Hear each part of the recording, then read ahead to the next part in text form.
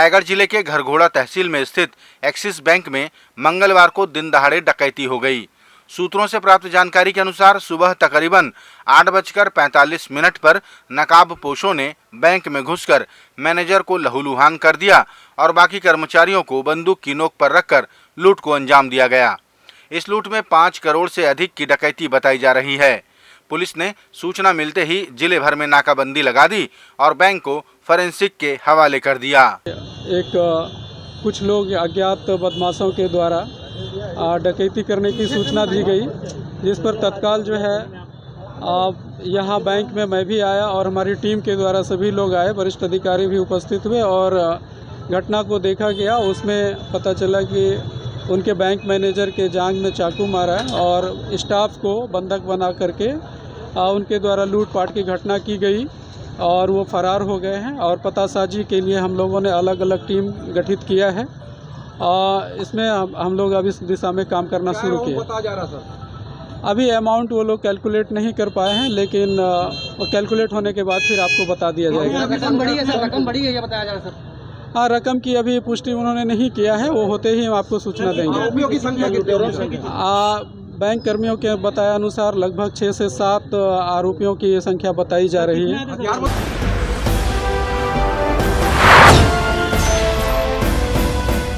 छत्तीसगढ़ में संचालित मुख्यमंत्री विशेष स्वास्थ्य सहायता योजना के हितग्राहियों द्वारा आयोजित आभार कार्यक्रम में प्रदेश के मुख्यमंत्री भूपेश बघेल शामिल हुए।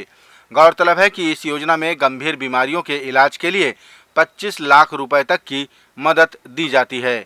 अभी तक इस योजना में 2643 मरीजों को 79 करोड़ 57 लाख रुपए की सहायता स्वीकृत की जा चुकी है। मुख्यमंत्री ने राजधानी के मेकाहारा अस्पताल में और आधुनिक उपकरणों की सुविधा प्रदान करने का आश्वासन भी दिया।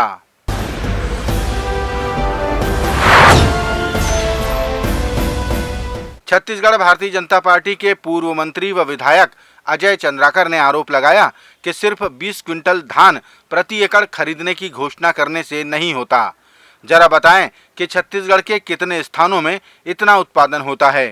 पूर्व मंत्री ने केंद्र सरकार द्वारा चावल खरीदी में बायोमेट्रिक पद्धति का स्वागत करते हुए राज्य सरकार के विरोध पर कहा कि इससे धान और चावल की तस्करी नहीं हो पाएगी, इसलिए राज्य सरकार बायोमेट्रिक नहीं चाहती। मैंने राष्ट्रीय खाद्य सुरक्षा कानून, राज्य खाद्य सुरक्षा कानून का 5 किलो, उसका 5 किलो और 5 किलो कोरोना का, उस दौरान मिला 10 किलो लोगों को।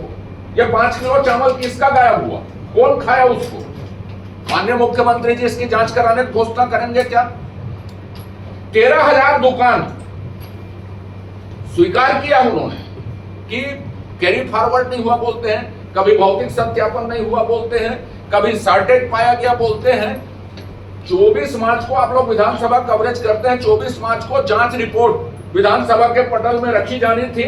षड्यंत्र पूर्वक 23 तारीख को 17 अवसान कर दिया गया उसको।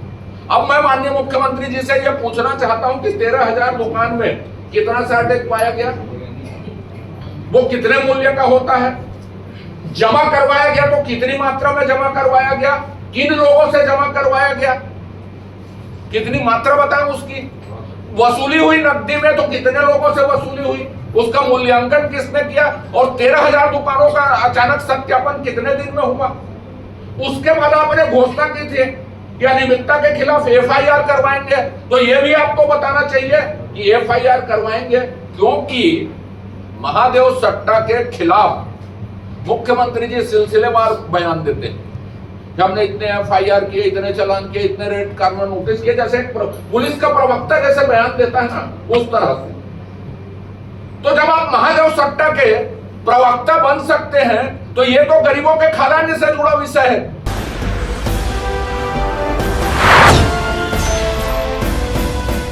छत्तीसगढ़ सरकार अपनी महत्वाकांक्षी योजना राम वन पथ गमन परिपथ के अगले पड़ाव में मनेन्द्रगढ़ जिले के सीतामढ़ी हरचौका पहुंची।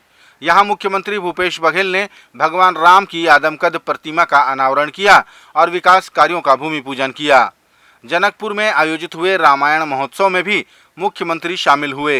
यहां उनके साथ संस्कृति मंत्री अमरजीत भगत और विधानसभा के अध्यक्ष चरणदास महंत भी उपस्थित रहे।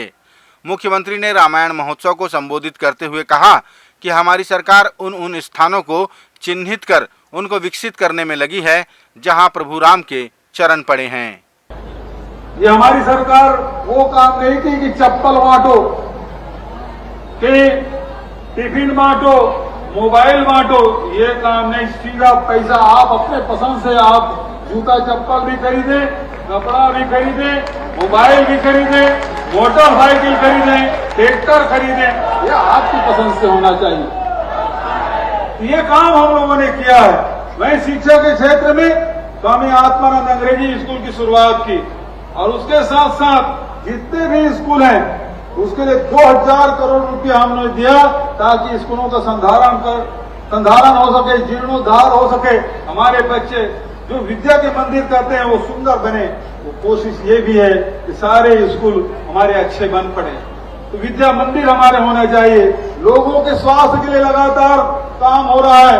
एक तरफ हमारे जिला अस्पताल, हमारे PSC, CSC ये मजबूत हो। हाट बाजार क्लिनिक योजना भी हम लोगों ने शुरुआत की है ताकि गरीब लोगों को भी इलाज आसानी से मिल सके, मुफ्त इलाज हो, दवाई हो, जांच हो, ये काम हम लोगों ने किया।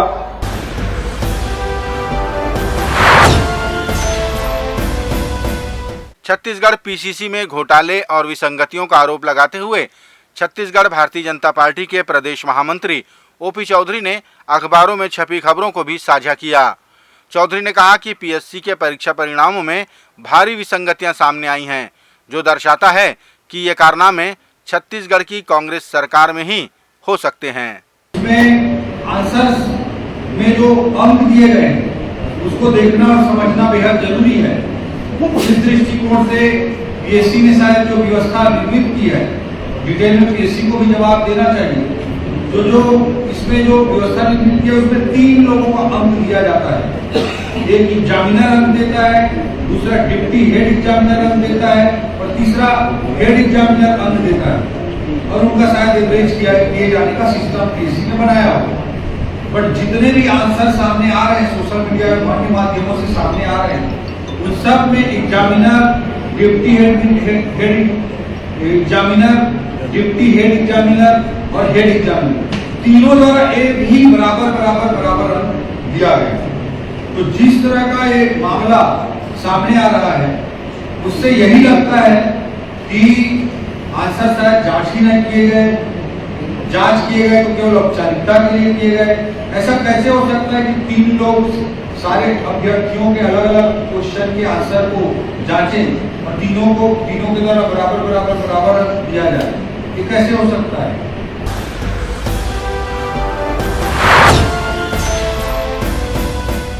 मुख्यमंत्री भूपेश बघेल अपने जिला स्तरीय भेंट मुलाकात के दौरान बीजापुर पहुंचे थे।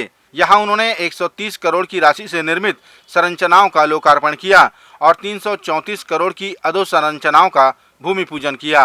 मुख्यमंत्री ने यहां जनजातीय खेलो इंडिया नेशनल प्रतियोगिता के हिस्सा रहीं खिलाड़ियों को सम्मानित किया। मुख्यमंत्री ने यहां जिला अस्पताल बीजापुर का नामकरण महादेव राणा के नाम पर करने की भी घोषणा की। पिछले सरकार में गरीबों को राशन तक नहीं पहुंच पाता था। अंदर के क्षेत्रों में कोई राशन कार्ड नहीं, कोई सामग्री नहीं, कार्ड ही नहीं था तो राशन मिलता कहां। मैं कलेक्टर साहब से पूछ रहा था, इन 5 वर्षों में अंदरूनी क्षेत्रों में 20,000 राशन कार्ड बने। चावल पहुंच रहा है, नमक पहुंच रहा है, चना पहुंच रहा है, शक्कर पहुंच रहा है, गुड़ पहुंच रहा है। लोगों के जॉब कार्ड बने। आज 28 अस्पताल आपके खुल गए हैं। हाट बाजार क्लिनिक योजनाएं शुरू हो गई है। पहले बस्तर में, बीजापुर में उल्टी डायरिया से लोगों की मौत हो जाती थी, मलेरिया से मौत हो जाती थी। आज अस्पताल खुल गए हैं, इलाज हो रहा है, हमारे डॉक्टर तैनात हैं, बीजापुर में ऑपरेशन हो रहे हैं। इससे बड़ी बात क्या होगी?